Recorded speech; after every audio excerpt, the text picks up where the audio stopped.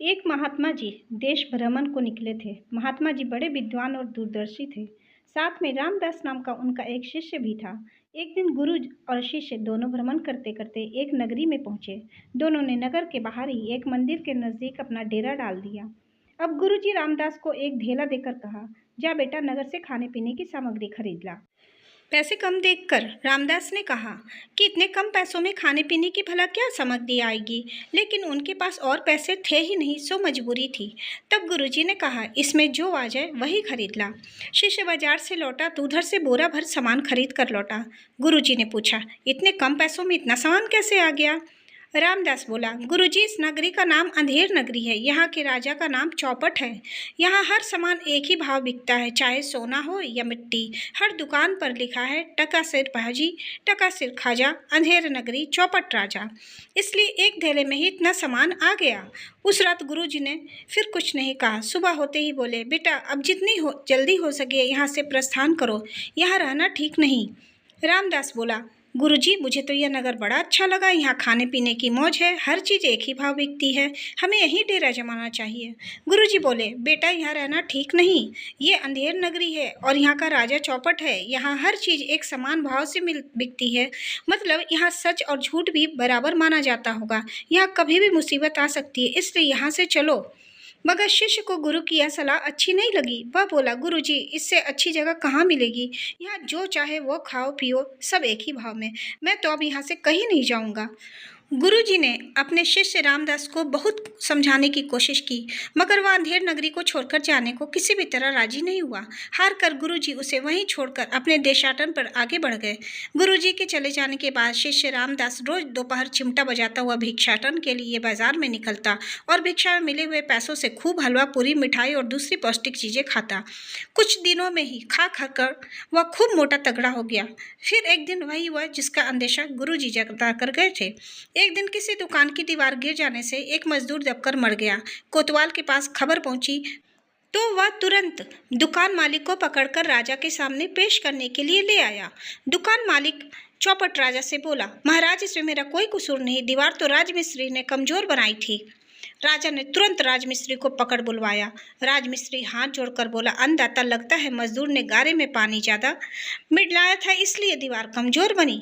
मजदूर पकड़ कर लाया गया। वह बोला, महाराज, इसमें मेरा कोई कसूर नहीं, माशकी ने पानी ज़्यादा डाल दिया होगा। माशकी पकड़ कर बुलाया गया। माशकी बोला, महाराज, इसमें मेरा कोई कसूर नहीं, जिस समय मैं गारे में पानी डाल रहा था उसी समय रामदास नाम का एक बाबा चिमटा बजाता हुआ आया, वहाँ से गुजरा, जिससे मेरा ध्यान बट गया और गारे में पानी ज़्यादा हो गया।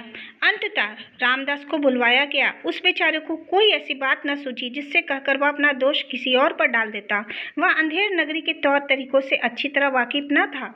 लिहाजा राजा ने कहा कि असली कसूरवार वही है और उसे सरेआम फांसी पर लटकाए जाने की सजा सुना दी। सिपाही पकड़कर जब उसे फांसी पर चढ़ाने ले चले तो वह रोने चिल्लाने लगा। अब उसे गुरुजी और उनकी कही बात याद आने लगी। हाय, मैंने गुरुजी का कहना नहीं माना। हाय गुरुजी, कहाँ हो? बचाओ बचाओ। दैवीय प्रेरणा से गुरुजी उस दिन रास्ता भटक कर वापस अंधेर नगरी में ही पहुंच चुके थे। उन्हें जब पता चला कि उनके शिष्य को फांसी पर चढ़ाने ले जाया जा रहा है तो बेचारे भागे भागे फांसी स्थल पर चले आए। फांसी स्थल पर राजा एक ऊंचे से मंच पर अपने तमाम मंत्री के साथ बैठा था। दूसरी ओर पूरी जनता फांसी का तमाशा देखने के लिए जुटी हुई थी। गुरुजी दौड़कर तुरंत वहां राजा के पास गए और चिल्लाकर बोले, महाराज, इस आदमी को फांसी मत दीजिए, मैं चाहता हूँ इसके बदले मुझे फांसी दे दी जाए। राजा ने आश्चर्य से कहा, भला क्यों? आप इसकी जगह पर क्यों मरना चाहते हैं? गुरुजी ने गंभीर मुद्रा में कहा, यह गूढ़ रहस्य की बात है महाराज, आप जानकर क्या करेंगे? आप तो बस जल्दी से जल्लाद को आदेश दीजिए कि रामदास को हटाए और मुझे फांसी पर चढ़ाए। अब तो राजा की उत्सुकता बढ़ गई। वो बोले, वह गूढ़ रहस्य जल्दी से मुझे बताओ, वरना तब तक ना मैं रामदास को फांसी चढ़ने दूंगा ना तुम्हें।